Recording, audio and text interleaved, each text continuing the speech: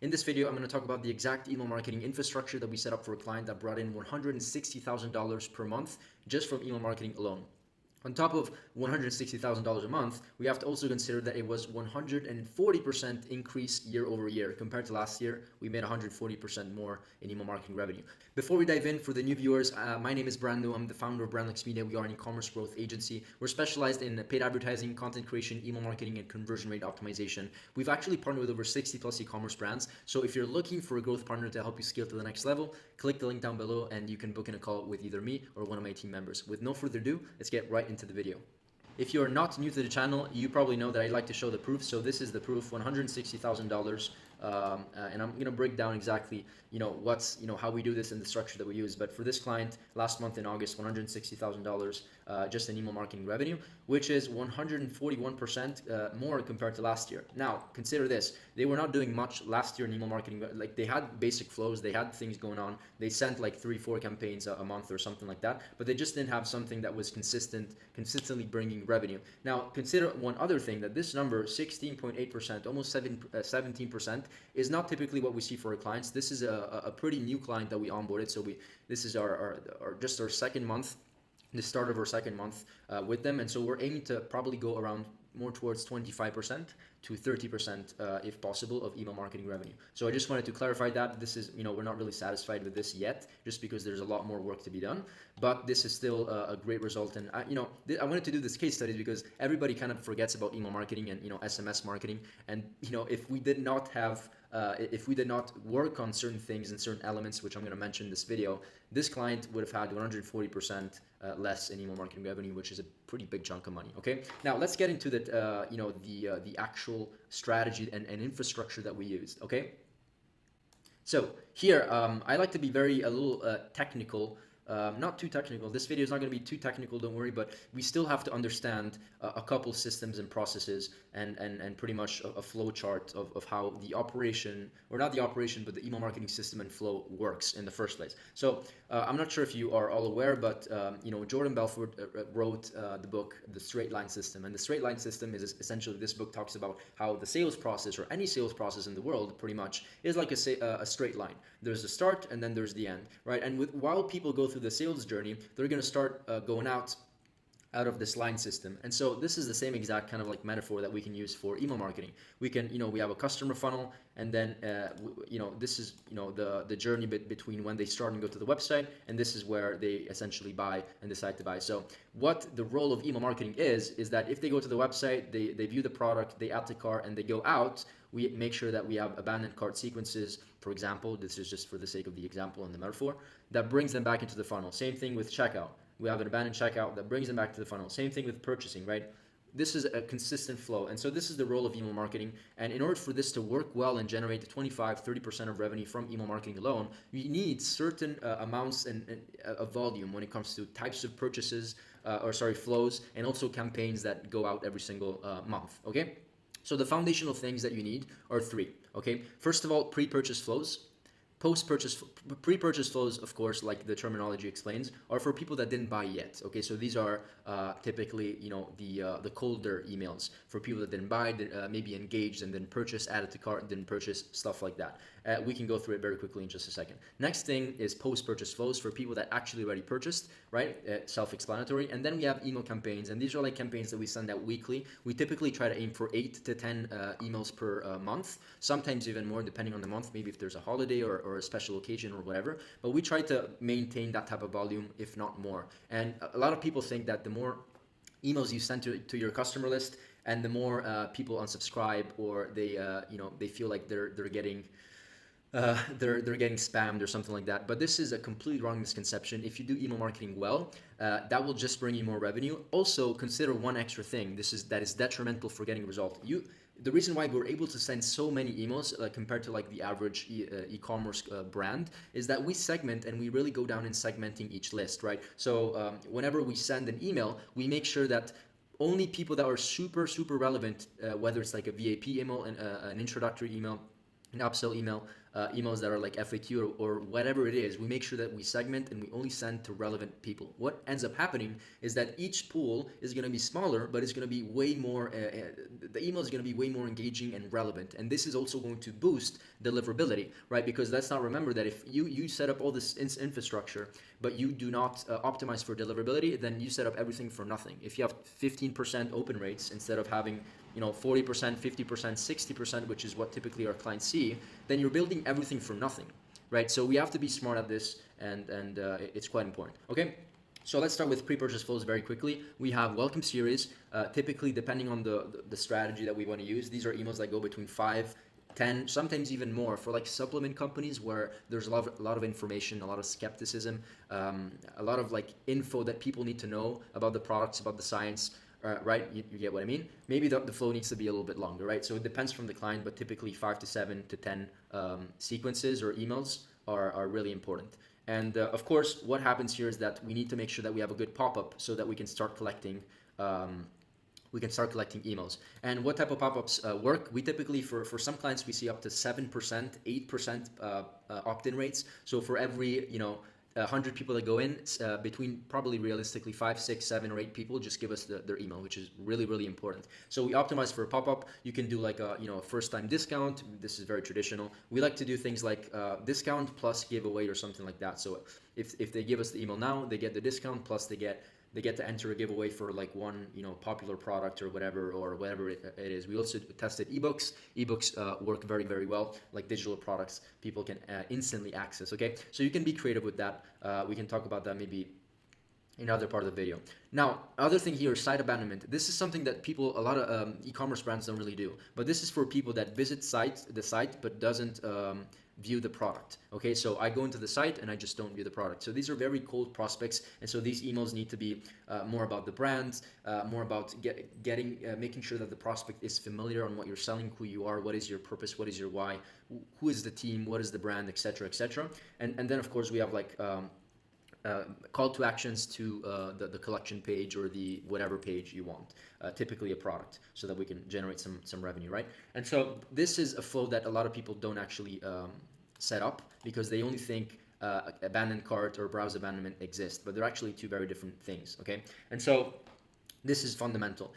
By the way, how are we able to do this? For those of you who don't know, just like you have a Facebook pixel, you kind of also have like a Klaviyo pixel. So as soon as somebody enters the pop-up or gives us the email, we are able to follow the entire journey because there's of course an integration between Shopify and Klaviyo where we are able to track exactly what if they viewed products, if they are in the cart, if they are in the homepage, etc. So we can basically pixel them for life almost, right? Kind of scary, but this is how it works. Okay, and then the next thing here that is really important after site abandonment, we have browse abandonment. So views product but doesn't add to cart, right? So we can literally target people based on that. And also what you can do within your email is that you can actually put dynamic sections within the email of the products that they actually viewed. Okay, and this is really important. You see reminder about viewed product, right?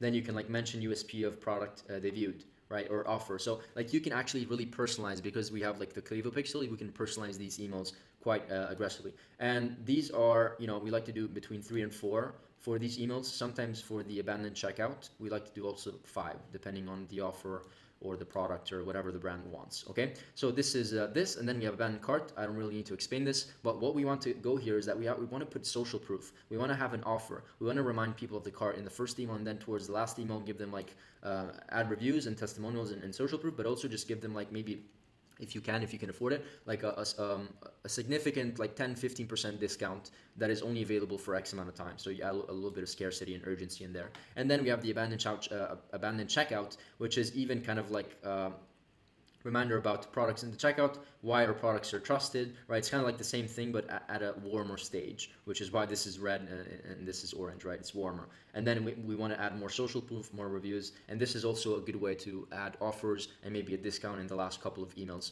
You can do kind of like a similar thing. One important thing is that make sure that these, you segment these emails well. So whenever you start a campaign, make sure that you set it up well, because it's very easy to mix audiences and they like receive a bunch of emails all at once, and like you have to be very, very careful. Maybe I can do a more technical video on how to set that up in the future. Let me know if you're interested. Okay, Now, moving on to post-purchase flows, we have a customer thank you. So customer makes a purchase. What happens, right? We thank them. We offer them a VAP, perhaps discount. We can, the whole point of making sure that an e-commerce business grows, especially if you want to scale at 8 figures, is having repeat customers. You should expect around at least 15 to 20% of your customers to come back and buy. If that is not a number you're seeing, it means that you're probably not doing enough with email marketing, or your products suck, right? That's a completely different argument. And so people just don't come back. But if your products are good, actually, and you do a great job at doing your email marketing, there shouldn't be a reason why you get at least 15% of repeat customers on a regular month. Okay. And of course, if your business is new, you probably not going to be the case. You have to wait probably around a year for this to have the snowball effect. Okay, so customer thank you is essential. We want to thank them. We want to give them a discount. We want to tell them that they're important, and we also want to ask them for a review after a couple of weeks that they receive the product. Okay, that's very important. We also have customer win back, so hasn't purchased in 90 days since the last purchase. Okay, so these are super warm people. This is your customer list, people that bought from you, but they haven't bought from you in 90 days. So this is what allows you to actually get back. And what we want to do is promote our bestsellers, add a little bit of urgency and scarcity perhaps in the last emails for like one-time offers that we're running. But we also want to remind them that maybe we want to add a special discount for them because they are already customers, right? So they're VAP, it's a customer win back. We need to not really gain their trust back, but remind them that we're here and we have products that they're interested in. Okay, so this is kind of like the follow-up process. Don't be too pushy, I say here, because we don't have to sell them. Like we can't afford to be too pushy, or else they're literally going to unsubscribe. So this is kind of like a delicate flow. Sunset, unengaged, hasn't opened an email in the last 180 days. Okay, so haven't heard from them, still haven't heard from them. This is where, what do I say here? This is what we stand for. We'll go ahead and unsubscribe you. So yeah, this is basically, these last two emails are basically to also clean the list, right? If a prospect hasn't engaged in 180 days, and you don't eliminate them and clean the list, then it's going to hurt your deliverability. So this is also great. First of all, probably the first couple of emails to really just re-engage with them, hoping that they will engage. Okay, that's obvious, right? Get them back into the funnel. But this is also really detrimental to make sure that we're cleaning the list, or else our deliverability goes down because they're just not Google or whatever user infrastructure you're using for your email marketing detects that something is not going, something is wrong. Then we have the VAP flow. So they make their third purchase and become a VAP. So this is where they become really important. This is where, they probably love your product, and this is where you can just really segment and send VAP offers, special offers just for them. I say urgency here. Honestly, in some cases, we don't even really need to be like too urgent, just maybe about like a super special offer, but I wouldn't be too pushy here because we've sold them on the product, and we can just remind them that we're here and send them value emails, send them emails about new launches, right? It's like a VAP flow, and of course some discounts just for them because they purchased 3 times. Now moving on to email campaigns, these are just some examples of some campaigns that we sent. And what's really important here is that every single campaign that we sent, we should almost look at it as a small mini landing page. And I have like an example of some designs that we've done for a client. And so I cannot show you the top part because it's for a client. These are like super well branded, and they're like mini landing pages, as you can see over here. And so it's really important to have high converting landing pages with call to actions. They should be able to recognize who you are within the first 3 seconds just based on your email marketing branding. Now, do all your emails need to be branded? No, because in some cases, I'll give you an example, like a concrete example. We've actually seen results on sales just using text, like founder emails, so like writing from the founder perspective or persona to the customer directly, just text based with like a best regards kind of thing, right? And so that worked very well. But in most cases, like 95% of the time, we build these templates. Now, don't get me wrong, these are not the only templates we build. We actually customize them based on the feel and look of the brand. So if you had a skincare brand, this would have a completely different vibe, okay? But I'm just showing you this for the sake of the example, so you have some sort of like standard of like the quality that you should be expecting in terms of designs. So these are just some examples of email campaigns that we send out every single month. We send between 8 and 10 emails, product launches, sales, blog posts. Always good to send information and value, share value to the customers, collection features, educational content, newsletters, FAQs, review campaigns, listicles, breaking myths, right? Tips, like all these things are absolutely like important it's important to diversify. That's what I wanted to say. You can't send the same exact or very similar email twice in a week, right? You have to be able to diversify and engage the prospect, and this is where copywriting becomes really, really important. If you're not good at copy, then hire a copywriter, because this is email is basically design and copy, okay? And of course, knowing what to do on the back end. Listen, that's it for this video. I'm basically done. This was a high-level understanding of how we actually build email marketing processes and infrastructure, and how we're able to get up to 30%. Maybe I'll do another case study, but we have some clients that do up to 30% in email marketing revenue. So that's it for this video. Let me know if you have any questions. If you're looking to get, if you're looking for somebody that actually wants, that can actually manage the email marketing infrastructure for you, you can make sure to, you can just click a link below, book in a call. You will speak either to me or one of my team members. Email marketing is not all we do, as you know from the intro video. We also do paid advertising, content creation, UGC, conversion rate optimization, but also email marketing. So you can book a call down below. There's a link. That's it for this video. Please leave a like, subscribe, ring the bell, and please also give me suggestions for new videos, because I always read the comments and I always want to do videos that are actually interesting to you. Okay, that's it for this video, and see you in the next one. Bye.